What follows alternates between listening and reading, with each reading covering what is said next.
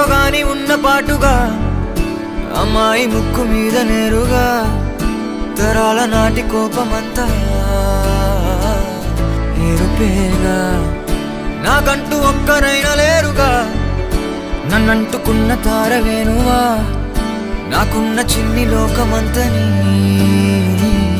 పిలుపేగా తేరి పార చూడసాగే దూరమే